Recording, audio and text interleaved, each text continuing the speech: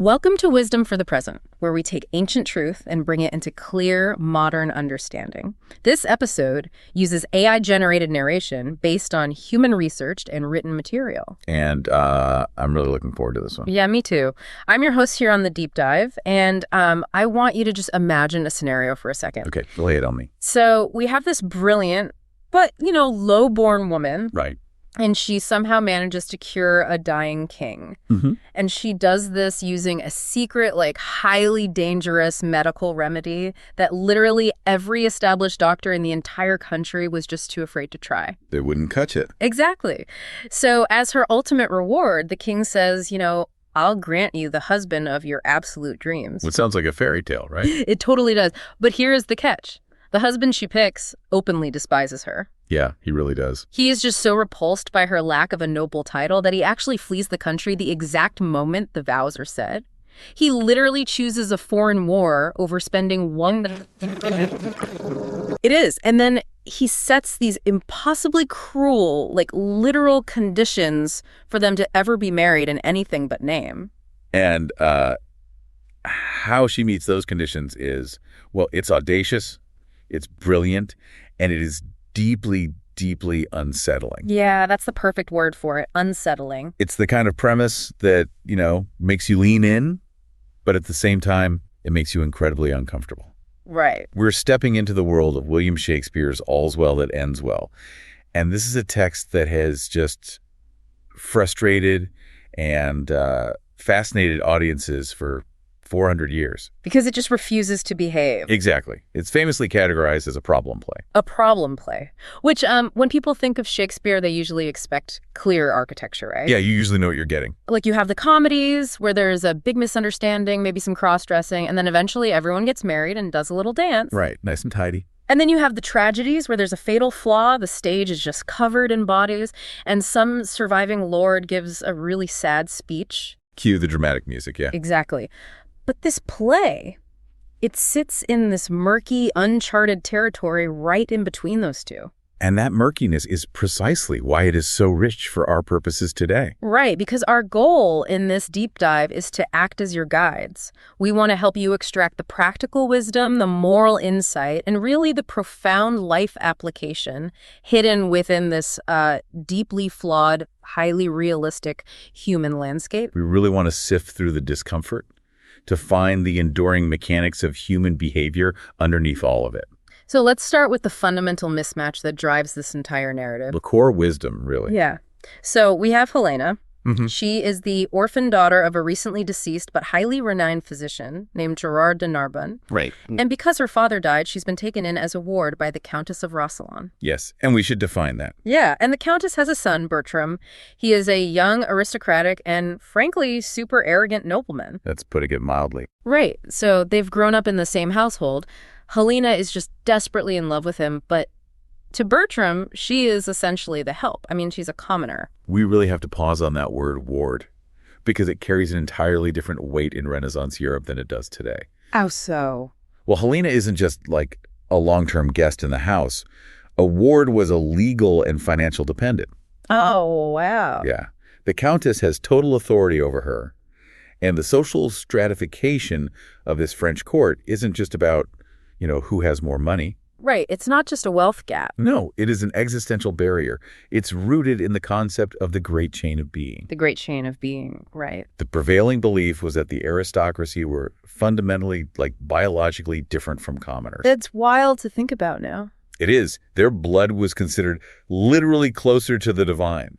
So Helena loving Bertram isn't just an awkward crush on a rich kid. It's like a disruption of the universe. Exactly. It's a disruption of the natural cosmic order. And even the Countess acknowledges that massive gap, right? Mm. Because there's this beautiful dynamic where the Countess actually discovers Helena's secret love for her son. Yes. And surprisingly, she loves Helena like a daughter. She doesn't punish her for the crush. No, she's very empathetic. But she does acknowledge the what she calls the difference betwixt their two estates. She knows the brutal reality of the world they're living in. Right. A commoner cannot just marry a count. There has to be an intervening miracle. Which perfectly sets the stage for the massive crisis in Paris. Yes, the king's illness. Right. King of France is dying of a mysterious ailment that the text calls a fistula. Yeah. And I actually went down a massive historical rabbit hole on this. Oh, did you? I did. And a fistula in the 16th century was a horrific diagnosis. Oh, it was awful. It's essentially this chronic, weeping, abnormal connection between two organs, or like an organ and the skin, usually in the digestive tract. It's not pleasant. No, it was considered an absolute death sentence. And the king's doctors, what the play calls the congregated college, they have completely given up on him. They've washed their hands of it. They've declared him totally incurable. And that phrase, congregated college, it's doing a lot of heavy lifting there. How do you mean? Well, Shakespeare is taking a direct shot at the institutional arrogance of the time. Renaissance medicine was deeply divided. Okay. You had the elite university-trained doctors who relied almost entirely on Galenic theory. Right, Galen. Yeah, the balancing of the four humors through bloodletting and astrology. They were essentially philosophers. Wow, so they weren't even really doing medicine. Not practically, no. They didn't even touch the patients half the time. They just read ancient Greek texts and prescribed treatments based on the stars. And if the ancient texts didn't have the cure, the patient was just told to, make peace with God. Exactly. But then Helena steps into this void. Right. She has a secret empirical remedy left to her by her father, and this represents a massive thematic clash. Practical, inherited folk wisdom versus the paralyzed, aristocratic medical establishment. Yes, a young, uncredentialed woman is offering to succeed where the entire male institutional power structure has completely failed. And the stakes she accepts to even attempt this cure are just astronomical. They really are. When she finally gets an audience with the dying king, she doesn't just offer him a potion and say, good luck. She actually puts her own life on the line as collateral. It's quite the gamble. She literally tells him, sweet practicer, thy physic I will try, that ministers thine own death if I die. Meaning, if the medicine fails, she agrees to be tortured and executed. She forces him to take a gamble because she is taking an even bigger one. Yeah. She engineers this high-wire act, and you know what? It works. It does. In a matter of days, the king is completely healed, the physical disease is eradicated, but the moment the king tries to reward her, we hit a social disease that is entirely incurable. Right. The king is so overjoyed that he gives Helena the ultimate royal decree. He says she may walk down the line of eligible noblemen in the court and choose any man to be her husband. Which is huge. It is. He grants her total agency in a society where women basically had none.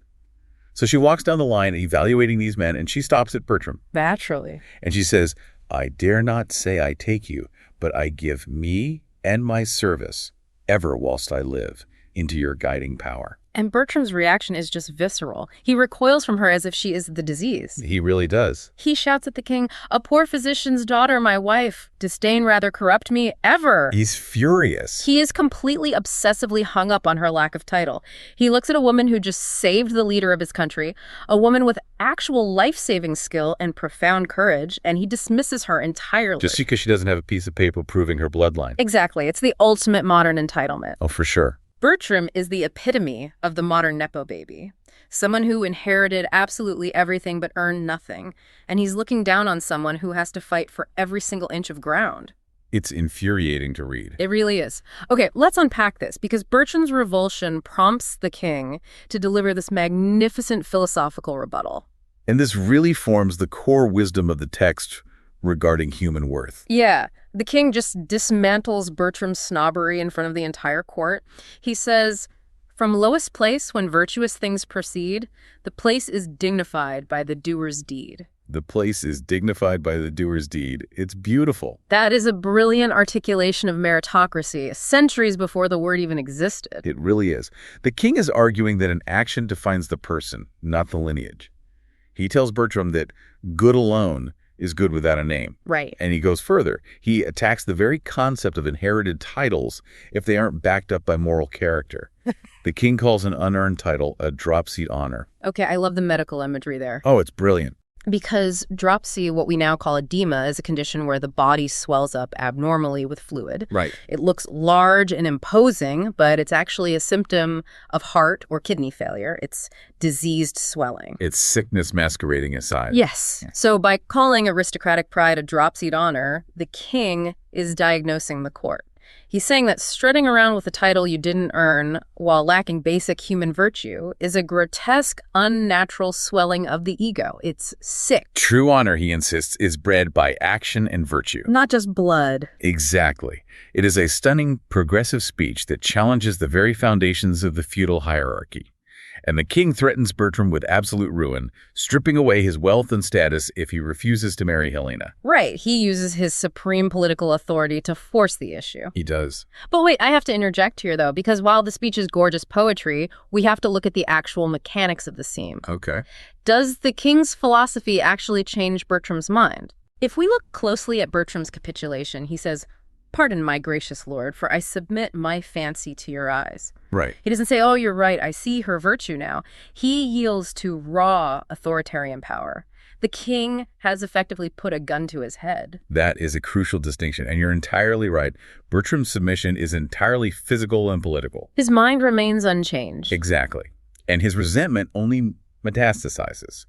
A forced marriage, even one ordered by a king, cannot artificially manufacture affection or respect. No, of course not. The external pressure only guarantees that Bertram will seek an escape valve, and that escape is his immediate brutal betrayal. He marries her, refuses to consummate the marriage, and just runs away to the Tuscan Wars. And that hostage situation dynamic actually illuminates an incredibly bizarre conversation Helena has earlier in the play. Oh yes, the parole scene. Right. So before she even goes to Paris, she has an exchange with a character named Paroles. And we should introduce Paroles. Yeah, Paroles is Bertram's companion. He is a loudmouth, boastful, cowardly soldier, and he engages Helena in this deeply strained philosophical banter about virginity. It is one of the most jarring scenes for modern audiences to read, but it is structurally vital. Really? How so? Well, Paroles essentially argues against the preservation of virginity. He frames it as a depreciating asset. A depreciating asset. Wow. Yeah, he tells her that keeping it is against the rule of nature, and he uses this incredibly crude metaphor, saying virginity breeds mites, much like a cheese. Oh my gosh. That is so revolting. It really is. I mean, to compare someone's virtue to a cheese breeding mites, it's just, ugh. It's deeply unpleasant, but underneath the crass humor, there is a brutal economic reality being laid bare. Right. In this society, a woman's virginity wasn't just a moral state. It was literal currency. Literal currency. It was the only thing that guaranteed a bloodline for the aristocracy, which meant it was the mechanism for transferring wealth, land, and power. Paroles tells her to get rid of it, while 'tis vendible meaning, while it can still be sold or traded in the marketplace of marriage. Wow. So Paroles just strips away all the romantic poetry of courtly love and reveals the transactional bedrock of their society. Exactly. Women are properties, and their bodies are commodities subject to market forces. That's so bleak. He even compares a virgin to an old withered pear that falls from the tree, useless if not consumed at the right time. But what fascinates me isn't just what Paroles says, but how Helena responds. Her reaction is key. Right. She doesn't storm off in a rage. She doesn't slap him. She stays. She listens. She even asks him a practical question. She says, "How might one do, sir, to lose it to her own liking?" She is taking notes. Yes. She is quietly absorbing the rules of the game. She realizes that the idealistic, pure love she harbors for Bertram might not be enough to secure him in a world that operates entirely on leverage, transaction, and commodities. She is learning the language of the enemy. Helena understands that if she wants to navigate a rigged system, she cannot rely on passive virtue. She has to become an active player. And this internal shift leads to what is arguably the most profound psychological insight in the entire text. It really is the turning point. It's the moment she decides to take absolute ownership of her fate. So let's talk about her soliloquy. Yes, she has the soliloquy right before she leaves for Paris. She says, "Our remedies often ourselves do lie, which we ascribe to heaven. The fated sky gives us free scope, only doth backward pull. Our slow designs when we ourselves are dull." That statement, it is a watershed moment in the history of human thought. Really? A watershed moment? Absolutely. You have to remember that this play was written during a massive cultural transition. Right. For centuries, the prevailing worldview was one of absolute determinism and divine providence. Your station in life, your suffering, your destiny, it was all ordained by heaven. You just had to accept it. You were expected to suffer patiently. But Helena's declaration is the spark of Renaissance humanism. She is arguing against passive fatalism. She's saying we sit around waiting for the universe or the gods to fix our problems when the power to change our situation is sitting right inside of us. Yes. The fated sky gives us free scope. It's an incredible assertion of free will. And if you look at this through a modern lens, it's just so applicable. Totally. Whether someone is facing a systemic disadvantage, a massive career hurdle, or an entrenched power structure, Helena embodies the ultimate proactive mindset. She doesn't wait to be rescued. No. She takes the one asset she has, her father's medical manuscript, and she engineers a massive disruption. She leverages her specific competence to force negotiation with power. Right. But the execution of that agency doesn't end with curing the king. The true test of her philosophy comes after Bertram rejects her and flees to Florence. The system pushes back. Hard. Really hard. Bertram sends her a letter that is designed to be an inescapable trap. The impossible conditions. Yeah. He writes, "When thou canst get the ring upon my finger, which never shall come off, and show me a child begotten of thy body that I am father to, then call me husband. But in such a fete, then I write a never." He is setting up impossible parameters. Literally impossible. In the legal framework of the time, a marriage wasn't fully permanently binding until it was physically consummated. Right. By fleeing before the wedding night, Bertram is leaving the door open for an annulment. He believes he is totally safe. Because he will never willingly give her his ancestral ring. Never. And he will certainly never share a bed with her. So in his mind, it's over. But Helena doesn't accept the never. She looks at the impossible constraints not as a final destiny, but as a rigid set of rules that can be hacked. Hacked, yes. That's a great way to put it. So she follows him to Florence. And this is where the dynamic of her success becomes incredibly modern. How so? Well, she doesn't face him in a duel. She doesn't appeal to the king again. She builds a shadow network. Ah, yes. The Whisper Network. Exactly. The alliances she forms in Florence are the only reason she survives. And who does she team up with? She teams up with an impoverished widow and the widow's young, chaste daughter, Diana. Which challenges the traditional myth of the lone genius pushing through obstacles. Totally. Helena realizes she lacks the access to defeat Bertram directly, but she discovers that Bertram is actively trying to seduce Diana. Yes, he's being awful. Right, he is promising this young woman the moon, swearing all these elaborate oaths of eternal love just to get her into his bed. Typical Bertram. He is using his immense power and status to exploit a vulnerable local girl. And Helena recognizes the opportunity to align her own crisis with theirs. Yes. These women pool their resources, their information, and their courage. They form a whisper network, a powerful alliance of the marginalized, to outmaneuver a privileged man who believes he's untouchable. Which brings us to the most controversial, uncomfortable, and debated sequence in the entire story. Here we go. The bed trick. Here is where it gets really interesting and weird. The execution of the bed trick. Yeah. Helena pays the widow and Diana a massive amount of gold to agree to Bertram's seduction. Mm-hmm. Diana demands Bertram's ancestral ring up front as proof of his devotion and tells him to come to her chamber at midnight. But she sets strict conditions. Very strict. It must be entirely in the pitch dark and they cannot speak a single word. And Bertram, blinded by his own lust and ego, just agrees. He hands over the ring, goes to the dark room, and sleeps with the woman in the bed. But it isn't Diana. No, it's not. It's Helena. And through this deception, she secures the ring and she conceives his child, fulfilling the exact, literal terms of his cruel letter. Okay, I have to hit the brakes here and just push back on this very aggressively. I figured you would. I mean, if we are trying to find wisdom for the present, how on earth do we justify this? It's difficult. She literally tricks a man into sleeping with her. Yes, she does. In the 21st century, the absolute bedrock of any physical encounter is enthusiastic, informed consent. If you lie about your identity to get someone into bed, that is non-consensual. Legally and morally, yes. It's an extreme physical form of catfishing. Why should the listener admire a character who forces an intimate relationship on a man who explicitly, vocally loathes her? If a friend told you they did this today, you would be horrified. The horror is completely justified, and it is the central reason this play makes modern audiences squirm. I mean, we value mutual consent and the autonomy to walk away from toxic situations. Exactly. From a modern therapeutic perspective, the advice to Helena would unequivocally be, he is a terrible person who does not respect you. Let him go, annul the marriage, and build a life with someone who actually wants you. Yes. Why doesn't she just walk away? Because we have to understand the specific thematic and historical universe the text is operating within. Okay, explain that. Well, the bed trick was a well-known legal and narrative trope in Renaissance literature. Like, it was a common plot device. Very common. The text isn't presenting this to model healthy dating behavior. Literally. It uses this extreme device to expose a profound hypocrisy in the male-dominated power structure. Wait, how does it expose his hypocrisy? He's the one being tricked. Think about what Bertram believes he is doing in that dark room. Okay. He thinks he is conquering a virgin. He believes he is committing a sin, breaking his sacred marriage vows, and ruining a young woman's reputation purely for his own fleeting pleasure. Right. He is acting with malice and profound selfishness.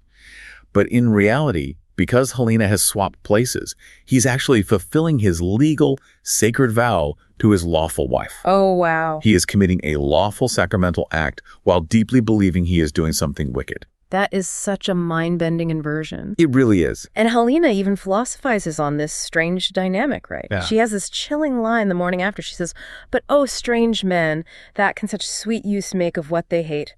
When saucy trusting of the cousin thoughts defiles the pitchy night, so lust doth play with what it loathes for that which is away." It's a powerful realization. She's pointing out the absolute absurdity of male lust.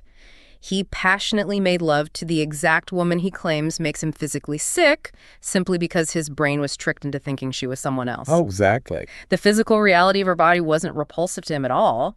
His revulsion was entirely a social and psychological construct. Precisely. The bed trick strips away his social armor and reveals that his disdain was never about physical reality. It was about his ego. Wow. Furthermore, we have to look at this through the lens of marginalized survival. Okay. What happens when the rules of society are so completely rigged against you that the only way to achieve justice in this case, the justice the king himself legally decreed, is through systemic deceit? I see. Helena is trapped by Bertram's letter. She is simply fulfilling the exact, literal contract he wrote, using the only leverage she has. Because the system wouldn't let her win any other way. Right. It forces us to examine the incredibly dark lengths to which powerless people must sometimes go to find agency in a system that wants to erase them. That reframes the entire scenario for me. It's less about a romance and more about a high-stakes legal trap. Exactly. And because of these intense moral gray areas, we have to approach the resolution of this story with incredibly sharp discernment. This isn't a text that hands you a clean, moral absolute. It demands critical thought. Yeah. We cannot blindly endorse everything that happens. Right. And the text actually gives us a masterclass in this kind of discernment through a brilliant subplot involving Paroles, the boastful soldier we discussed earlier. Oh, I love the Parole subplot. He's such a fascinating psychological study. He really is. Bertram is utterly convinced that Paroles is a brave, experienced warrior and his truest confidant. Bertram literally models himself after him. Which is a huge mistake. A massive mistake. Because the older, wiser lords in the army, specifically a lord named Lefw, they know exactly what Paroles is. A cowardly, parasitic, empty suit. Exactly. And Lefw constantly tries to warn Bertram, but Bertram won't listen. He is just seduced by the loud bravado.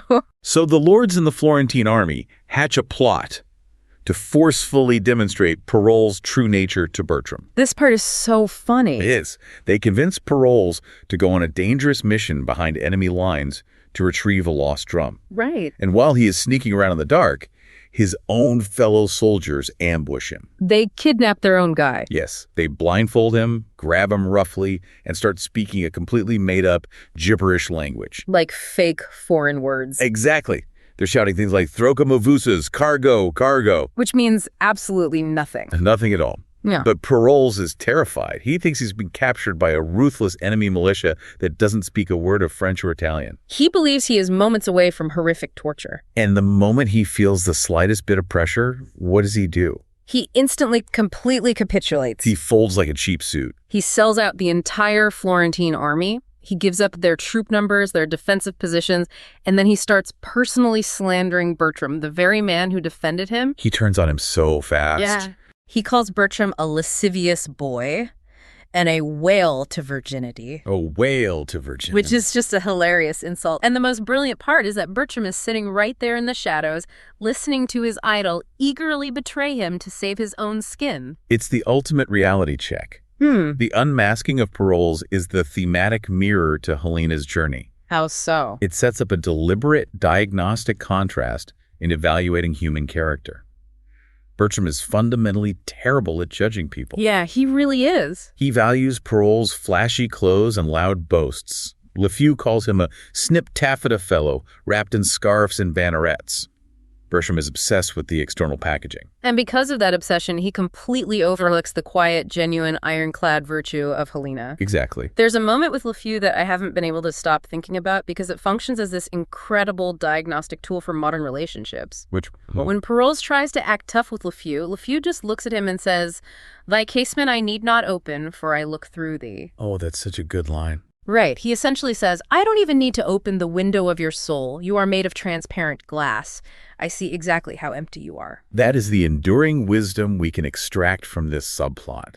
It challenges us to apply the Lefw filter to our own lives. The Lefw filter, I like that. We all encounter the Parolles archetype, right? Yeah. The toxic colleagues who talk a big game in meetings, but disappear when the actual work is due. Or the friends whose loyalty is entirely performative and just crumbles the moment there are real stakes. Yes. The text warns us not to be fooled by the noise, and more importantly, not to ignore the quiet competence of the Helenas in our lives, who show up, do the work, and possess true substance without demanding the spotlight. So what does this all mean? It's really an audit of substance versus flash. Exactly. But applying that discernment gets really difficult when we reach the chaotic final sequence of the play. The ending is a lot to handle. It is a mess. So Bertram returns to the king's court in France. The rumor is that Helena has died of a broken heart at a pilgrimage site. Convenient for him. Very. Believing he is free, Bertram is about to marry a new noblewoman. But he tries to give Lefw a ring as a token of goodwill. And the physical props in this play, the rings, they act as inescapable legal records of the truth. Right. The ring Bertram hands to Lefw is the ring Diana gave him in bed in Florence. But Diana's ring was actually Helena's ring, which the king originally gave to Helena as a symbol of royal protection. It's a closed loop of evidence. Exactly. So the king sees the ring and immediately recognizes it. He knows he gave it to Helena, and he knows Helena told him she would never take it off unless she sent it to him in a dire emergency. So the king demands to know how Bertram got it. And Bertram, acting exactly like Parolles did under pressure, just starts lying through his teeth. He panics. He claims a nobleman threw it to him out of a window. Which is the worst lie ever. It's so bad, and the lies just compound rapidly. Diana arrives at the court and accuses Bertram of making vows to her and abandoning her. She demands justice. And Bertram lies again, aggressively slandering Diana. He calls her a common gamester to the camp, trying to use his aristocratic privilege to destroy her credibility. He is just digging himself into an inescapable hole of perjury. He really is. And then the trap snaps shut. Helena appears. The big reveal. She is very much alive. She is visibly pregnant, and she is holding Bertram's ancestral ring. She presents the physical evidence that she has met his impossible, cruel conditions. Segment. Totally. And in that moment, faced with undeniable proof and the absolute wrath of the king, Bertram just folds. He drops to his knees and says to the king, "If she, my liege, can make me know this clearly, I'll love her dearly, ever, ever dearly." And this is where we must exercise the ultimate critical thought. Because it feels so unearned. Exactly. The play is categorized as a comedy because it ends in a marriage, but the psychology of this moment is profoundly cynical. Is Bertram truly reformed? Has his heart actually softened toward the woman who pursued him so relentlessly? What do you think? I think he sounds exactly like a rat caught in a trap. He realizes every single lie has been exposed. His reputation is in ruins, and the king is ready to execute him. His sudden declaration of love doesn't sound like a romantic awakening. It sounds like a desperate plea bargain to avoid the gallows. That is the most accurate reading of the scene. And this is where we have to distinguish the enduring wisdom of the play from the limited social assumptions of the era it was written in. Okay, lay that out for me. The enduring wisdom here is that truth possesses a terrifying, inevitable buoyancy. It always comes to light. Right. Parolles' cowardice is exposed in the dark. Bertram's lies are exposed in the court. Helena's brilliant machinations are brought into the light of day. Actions leave evidence. But the social assumption we absolutely do not have to accept is the idea that this constitutes a quote-unquote happy ending. Exactly. The 17th century audience might have found satisfaction in a social contract being fulfilled, you know. The lower-class woman fought her way into the aristocracy and secured her legal rights. They loved order being restored. Yeah. But as modern readers, we look at this and see a woman who has tied herself to a chronic liar and an unrepentant snob. We can admire Helena's staggering intellect and strategic brilliance without believing for a second that she won a great prize in Bertram. It helps to briefly connect this text to broader human storytelling traditions to see what Shakespeare was actually tapping into, because he is playing with a very ancient structure. Oh, like a fairy tale. Yes. If you look at the architecture of Helena's journey, you find the classic folklore motif of the impossible task. Oh, absolutely. This is found in wisdom traditions and myths worldwide. It's like Rumpelstiltskin demanding the spinning of straw into gold. Or Hercules being given the 12 labors. Right. It's the hero being told they must sort a mountain of mixed seeds in a single night or fetch water from the end of the earth in order to prove their worth and win the ultimate prize. But notice the massive shift in perspective Shakespeare employs here. The gender flip. Yes. In almost all of those traditional myths, it is the man who is completing the impossible tasks to win the hand of the beautiful, silent, waiting princess. Right. Here, the gender roles are totally inverted. Bertram is the passive, reluctant prize, and Helena is the active hero who must journey into the underworld, in this case, the dark bedroom in Florence, to secure the impossible tokens. Shakespeare takes this comforting ancient fairy tale structure and injects it with messy, hyper-realistic, deeply flawed human psychology. He ruins the fairy tale. He does. The fairy tale promises that if you slay the dragon and complete the task, you get true love. Shakespeare subverts that entirely. He says if you complete the task, you get exactly what you legally asked for, but you might wake up to realize the prize you fought so hard for is a coward who lied to you. It's a profound reminder of why human beings create these stories in the first place. Why is that? We've always used narratives of impossible odds to process our own feelings of inadequacy and our desperate desire for control over our destinies. We want to believe we can win. Right. We use the rigid, predictable structure of the fairy tale to navigate the unpredictable chaos of reality. But Shakespeare refuses to let us stay in the fantasy. He forces us to look at the cost of the hustle. And that brings us to a final, incredibly provocative thought I want to leave you with. Let's hear it.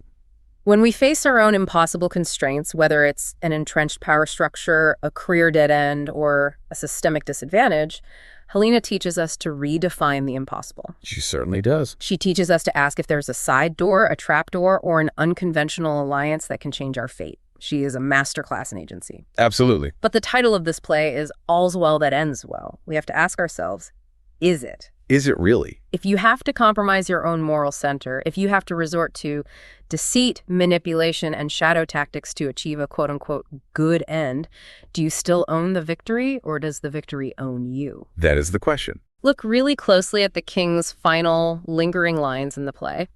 He steps forward and addresses the audience, and he doesn't say all is well. He says, all yet seems well. Even the play itself doubts its own happy ending. It leaves the door open to the consequences of their actions. It is a profound, unsettling invitation for you to examine the ends you are justifying in your own life and the means you are using to get there, because the title might just be a question, not a statement. That's the heart of this section. This is Wisdom for the Present, where understanding leads to clarity, and clarity shapes how we see and live. We'll see you in the next episode.